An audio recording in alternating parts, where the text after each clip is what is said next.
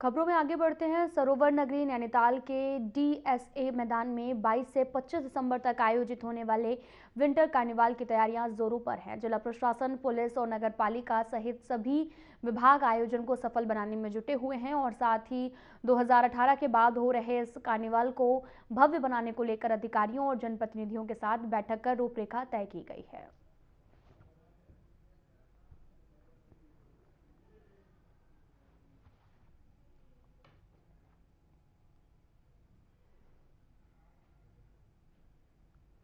देहरादून जिला प्रशासन ने जिला योजना 2024-25 के तहत जिले के 54 ग्रामीण आंगनबाड़ी केंद्रों को प्ले स्कूल के रूप में मॉडर्नाइज किया है। रायपुर, डोईवाला, सहसपुर, कालसी, विकासनगर और चक्राता विकास खंडों में स्थित इन केंद्रों में बच्चों के लिए सुरक्षित और स्वच्छ वातावरण, स्मार्ट टीवी, आकर्षक खिलौने, रंग बिरंगे कालीन, खेल सामग्री और स्वच्छ पेयजल जैसी सुविधाएं उपलब्ध कराई गई हैं।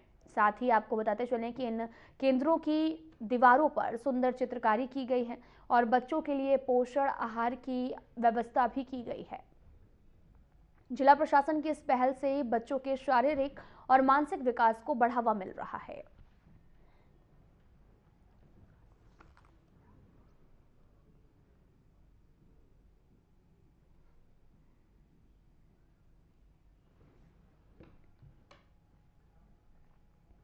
राज्य सरकार के जन जन की सरकार, जन जन के द्वार अभियान का असर लगातार दिखाई दे रहा है। अभियान के चौथे दिन भी बड़ी संख्या में ग्रामीण लाभान्वित हुए हैं। अभियान के तहत अब तक 15,000 से अधिक लोगों को कई योजनाओं का लाभ दिया गया है और आपको यह भी बताते चले कि करीब 4,000 शिकायतों का निस्तारण किया जा चुका है और अभियान के दौरान कई जिलों में जिलाधिकारी स्वयं शिविरों के माध्यम से लोगों की शिकायतों को सुन रहे हैं और मौके पर समाधान किया जा रहा है। आपको बताते चले कि उत्तरकाशी में जिलाधिकारी प्रशांत आर्य ने शिविर लगाकर लोगों की समस्याएं सुनी हैं, जहां 800 से भी अधिक लोगों को लाभान्वित किया गया।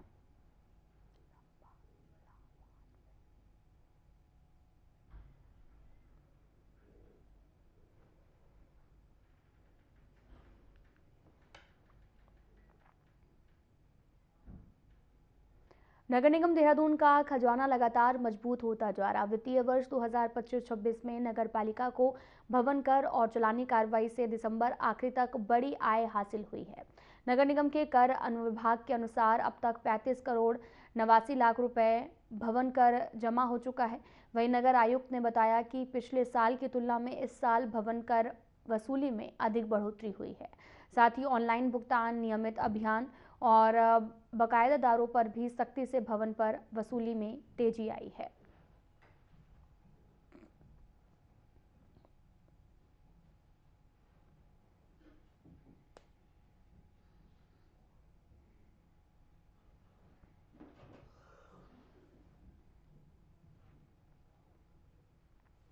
देहरादून विकास प्राधिकरण शहर को सुव्यवस्थित, सुरक्षित और अतिक्रमण मुक्त बनाने के उद्देश्य से लगातार सख्त कार्रवाई कर रहा है, जिसके तहत प्राधिकरण द्वारा क्षेत्र में अवैध अतिक्रमण, फुटपाथ कब्जा और अनधिकृत निर्माण को किसी भी सूरत में बर्दाश्त नहीं किया जाएगा, जिसके चलते डीडीए की प्रवर्तन टीमें लगातार क्षेत्र में सक्रिय रहते हुए निरीक्षण भी कर रही हैं और साथ ही नियमों का उल्लंघन करने वालों के विरुद्ध त्वरित कार्रवाई सुनिश्चित की जा रही है।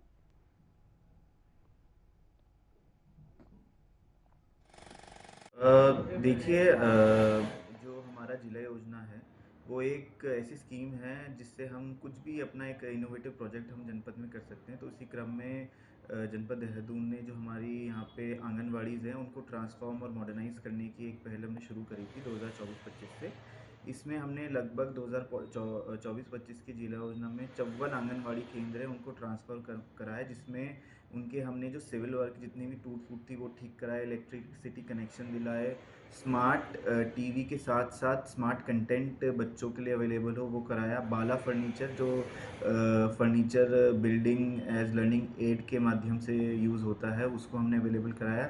अच्छी डेकोरेटिव पेंटिंग्स हमने वहाँ पे कराई और एकदम मॉडर्नाइज कर दिए हैं सारी आंगनवाड़ी जितनी भी हम 24-25 में कर पाए थे। इसके अलावा जो हमारी 25-26 की जिला योजना है उसमें हमने एडिशनल जितनी भी हमारी रिमेनिंग आंगनवाड़ी थी जिनके अपने भवन थे, 150 प्लस आंगनवाड़ी हैं, उनको टेकअप कर रहे हैं जिनके कार्रवाई अभी गतिमान है। तो ये हम पूरा इसे एक एज अ प्रोजेक्ट के रूप में पूरे जनपद देहरादून में हम इसे करा रहे हैं। धन्यवाद।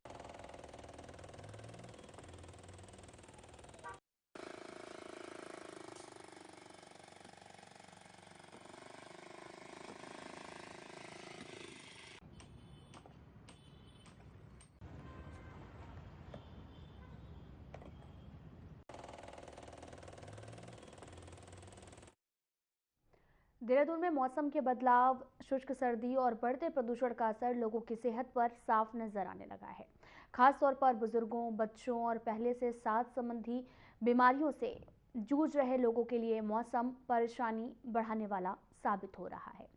साथ ही दून अस्पताल के चिकित्सक अधीक्षक प्रोफेसर डॉक्टर रविंद्र सिंह बिष्ट के अनुसार ड्राई कोल्ड वेदर के साथ प्रदूषण और परागकण मिलकर नाक, कान और गला और छाती से जुड़ी समस्याएं बढ़ा रहे। इस मौसम में एलर्जी, अस्थमा और सीओपीडी के मरीजों की संख्या में इजाफा हो रहा। अस्पताल प्रशासन ने बच्चों, चेस्ट और ईएनटी विभाग को पूरी तरीके से तैयार रखा है।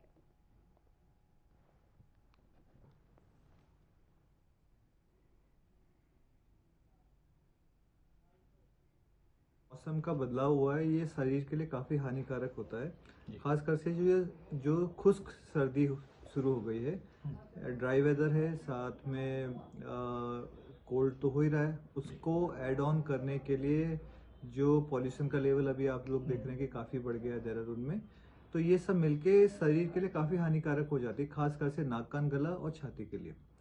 तो जो बुजुर्ग हैं और बच्चे हैं उनको इसमें काफ़ी दिक्कत का सामना करना पड़ता है। एलर्जिक रिएक्शंस बढ़ जाती हैं, अस्थमा की प्रॉब्लम बढ़ जाती है, सांस लेने की दिक्कत जिनकी बुजुर्ग लोग हैं उनकी बढ़ जाती है। तो तैयारी हमारी इससे रिलेटेड ये है कि हमारे 3 डिपार्टमेंट मेनली इन्वॉल्व होते हैं, बच्चों का डिपार्टमेंट, चेस्ट वाले और ईएनटी। तो तीनों डिपार्टमेंट में सारे डॉक्टर्स पहले से भी तैयार रहते हैं इस सीजन के लिए, उनको पता होता है। जैसे बच्चे वाले हैं उनके अपने आईसीयूज हैं, उन्होंने मेंटेन कर रखे हैं, वार्ड्स उनके दुरुस्त हैं, जो उनको दवाइयाँ चाहिए थी वो उन्होंने पहले से अपना ऑर्डर दे दिया था, हमने वो मंगा के उनको दे दिए। सिमिलरली ईएनटी में जो रिक्वायरमेंट होती है और जो चेस्ट वालों की होती है उस हिसाब से पूरी कर दी गई है।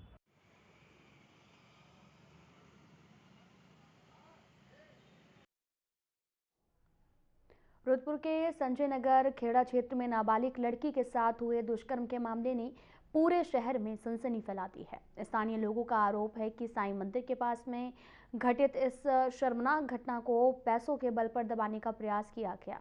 सूत्रों के अनुसार पीड़ित परिवार ने प्रारंभ में पुलिस को घटना की सूचना दी थी, लेकिन बाद में कुछ कथित प्रभावशाली लोगों के हस्तक्षेप से मामला रफा दफा करने की कोशिश की गई है।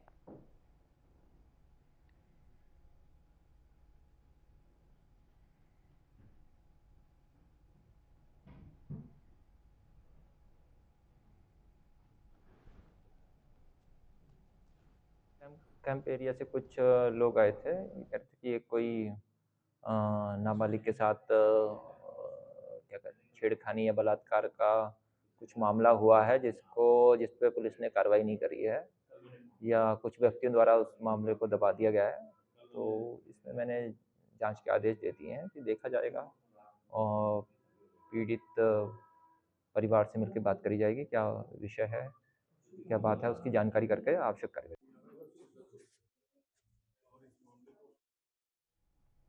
हल्द्वानी में रईस जादव का आतंक थमने का नाम नहीं ले रहा। देर रात नैनीताल रोड पर कुछ कार सवार अराजक युवकों ने खुलेआम जानलेवा स्टंट कर कानून व्यवस्था को चुनौती दी है।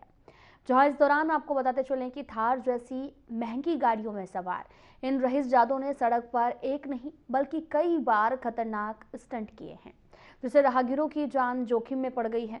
और आपको बताते चलें कि मौके से गुजर रहे कुछ लोगों ने इस पूरी घटना का वीडियो मोबाइल में कैद कर लिया है, जो अब सोशल मीडिया पर तेजी से वायरल हो रहा।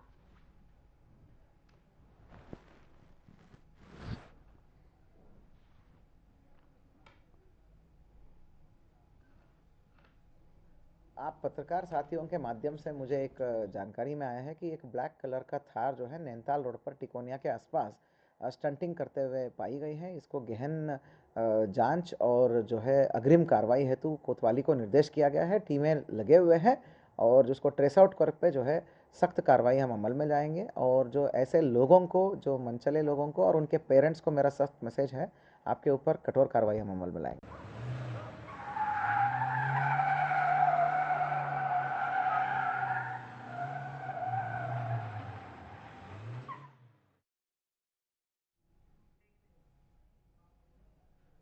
फिलहाल यहाँ रुकते हैं एक छोटे से ब्रेक के लिए।